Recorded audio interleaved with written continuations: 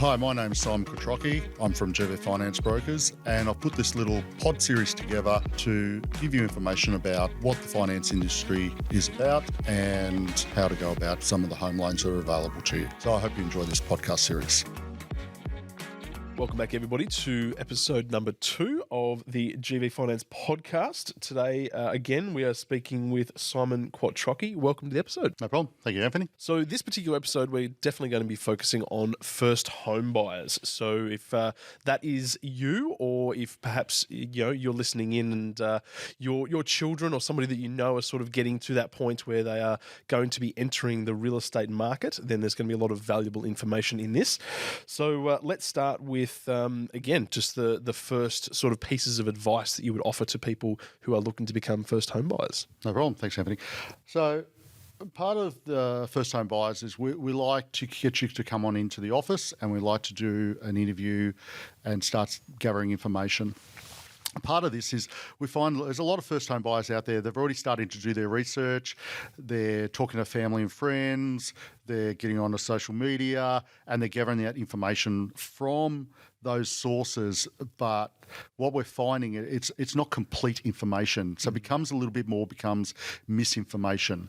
So we like to do interviews face-to-face and go over that with them. So that way we're trying to clear out all that noise that they may think that they've heard, or this is how it works. And then I like to use the word education. Educate them is this is how the process will work, so we can guide them in the right direction. Because first home buyers is exciting for them, but also at the same time it's a bit daunting as well. So we definitely need to go through the processes and be very, very clear. And then we get that result where the first home buyers got into their home, and that's the great result. That's the great result we want. Yeah, fantastic. And if you haven't already, we highly suggest tuning into episode 1, because again, that is going to give you a thorough breakdown of the value and the benefits of using a broker. So again, if you're in the market for your first home, head over and listen to that first episode, and that's going to give you all of that information on why it's beneficial to use a broker.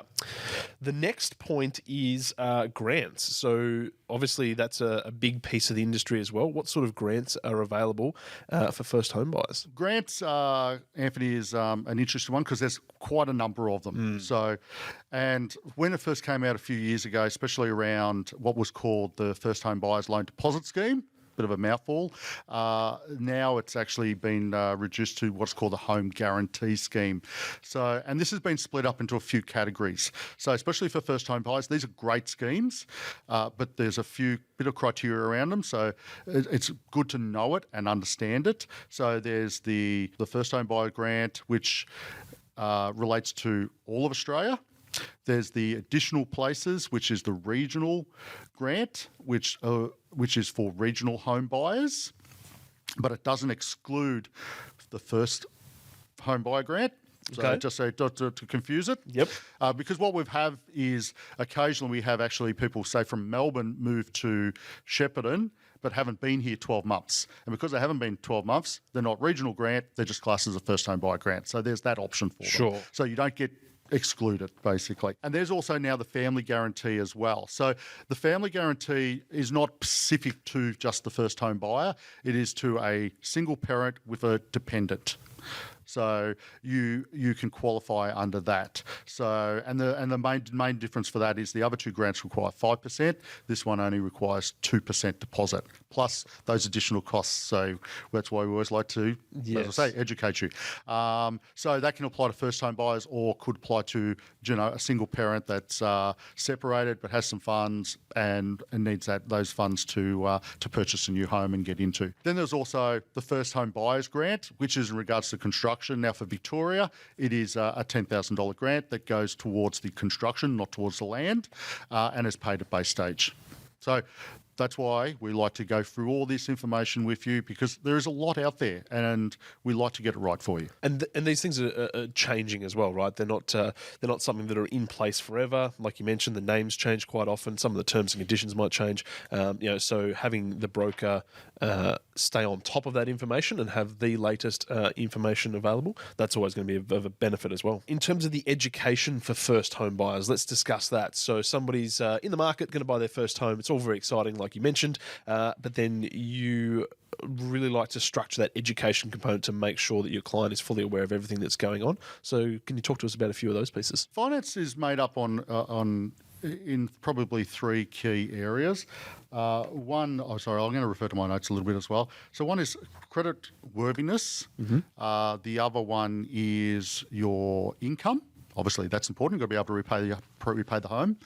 And also one is about your income and contribution and what's called loan-to-value ratio, LVR, what your contribution is and the percentage of the property you're borrowing. First part I'll cover off is your savings. Savings is important, especially as a first-home buyer.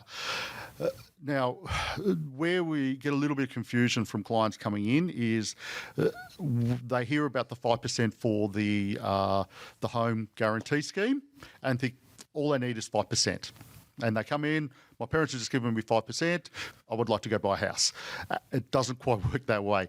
You do need to actually save that 5% over a period of 3 months or more. So that's where clients get a little bit stuck, and that's okay. It just means that if you've got the money now, you might just have to keep topping it up and wait another 3 months, or you might have had it there for 2 or 3 weeks now, and you just got to allow that time to pass by. But there's no way around that one, especially around the home guarantee scheme. They're very, very clear. It has to be genuine savings. It has to be accumulated of a period up to 3 months or more. That's a key piece of information there, yeah. So, any kind of inheritance or, any kind of help from mum and dad, you have to be able to demonstrate the fact that you can actually save money over a period of time in order to qualify for that. You can't just obviously be, gifted the money or handed the money and then that takes you from there. And that's for the guarantee scheme. So that's referring to the government schemes. Sure. If you're a normal first home buyer and for some reason you didn't qualify for the guarantee scheme, and there are plenty of those as well, you can have what is called rental mitigation. So if you're renting for a real estate agent and you've got the 5% plus the costs, but some of the deposits might have gone in and gone back out, and all of a sudden it's not clear, we can actually use a rental statement to help mitigate those genuine savings as well. But that's only if the schemes don't apply. So that's why we like to get you in, get those statements that I was talking about, and gather that information so we can try and get a little bit clearer and lead you in the right direction. Fantastic. And I think the next thing is capacity. So let's talk about your ability to essentially be able to repay the loan. Talk to us about capacity. Capacity is very important. So this is where we start to look at your income. And income is looked at very, very differently from every single lender. So this is where brokers become very, very important in the market, because just because you go to one bank, they might say, yes, we'll use all that income. You might go to another lender and say, no, our policy, we actually may only use 80% of that income, or we don't use that income at all. So it does vary very, very much from lender to lender. And especially for self-employed, the varying policies is dramatic actually across the range of lenders. So very, very important. But income's not just it. Okay, we have to delve into what are your actual expenses, what are your everyday expenses as well. Do you have lenders look at health insurance, life insurance as an additional expense or an additional commitment above your normal everyday living expenses. So this is why we like to get a detailed living expense worksheet completed as well, so we get a bit of an understanding of that as well. But then commitments. Going into commitments. So what are your liabilities? Do you have personal loans, car loans? Do you have credit cards? Do you have overdrafts? Buy now, pay laters. We do need to understand that as well. We find ATO debts, help debt, like your study loans as they're referred to as now as well. We get people have got solar loans through their utilities provider that don't realise that they're actually a commitment. So when we gather this information, we try to gather it all, because it comes up. When we do a credit check, it all pops up. So the more informed we are about that, we can actually determine your capacity. So very, very important. So, yeah, capacity is important, but we do need to work it out properly for you before we submit. You're also touching on the fact that, other commitments that you may have, and especially, for a first home buyer, perhaps, they do have a credit card. I think in that younger generation, the buy now, pay laters are also very, very popular. Can you talk to us about the impact that something like a credit card or a buy now, pay later will have on your borrowing capacity as an individual? Let's say, for instance, you have a $5,000 credit card. What kind of impact is that credit card, and the same thing with a buy now, pay later, what impact is that going to have on a person's borrowing capacity? Yeah, that's a good question, and that's going to change from lender to lender. But I might use an example of $1,000 just to make it a little bit simpler. Perfect. Rightio. So, for example, most credit cards are worked out at $38 per $1,000 to go towards your capacity. That's how they work them out. So even if you may not have borrowed $1,000, you might owe $0. They'll still apply $38 to that. Now, when it comes to buy now, pay laters, it varies depending on the lender. So some will apply a 1%. So if you've got a $1,000 credit card, they'll apply $100 towards your capacity as a buy now, pay later. So it actually has a different effect. So it actually reduces your borrowing capacity. But it can also become even worse. So if you have higher limits, where we're coming across buy now, pay laters with $2,500, $3,000 limits, that's pretty significant. So some lenders then will also look at what's the habit there. Are you spending so much on buy now, pay later that your commitment is now $400 or $500 a fortnight? And we're coming across that.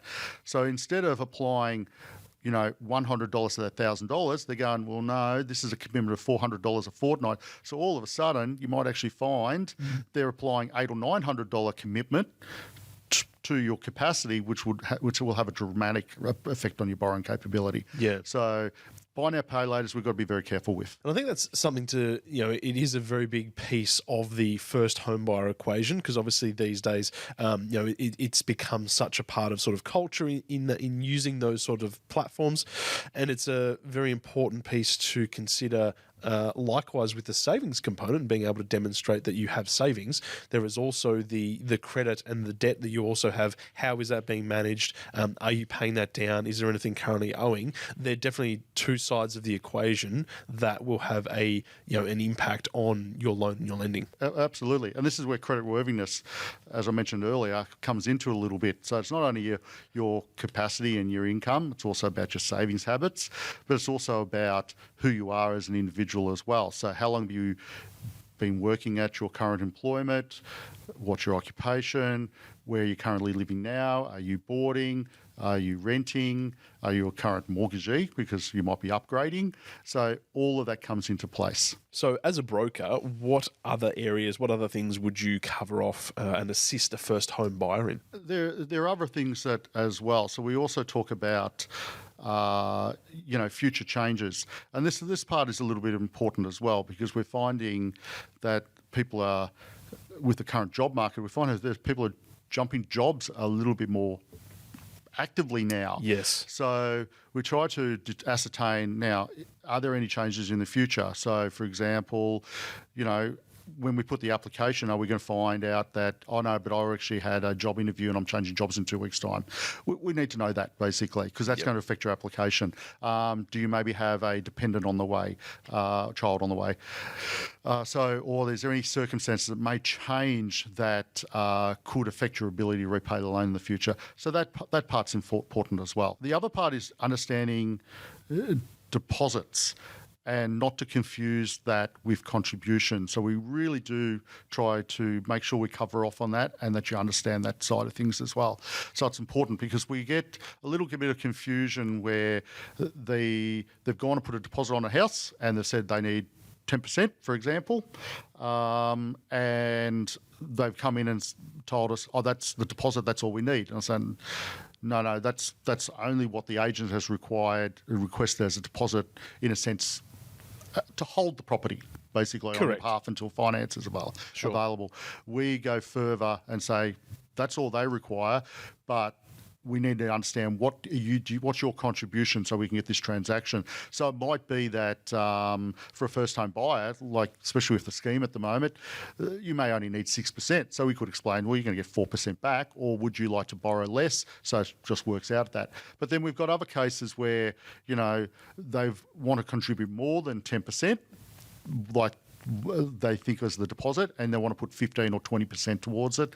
So we make sure that you understand what the actual contribution is versus the deposit just relates to the real estate agent only. Sure, exactly. No, important there, important. The other part we like to cover off on is that insurance is important. Okay, so. And we have another podcast coming up on this as well, but we do need to know that you've got your house insurance in place, and we do help you out in regards to this.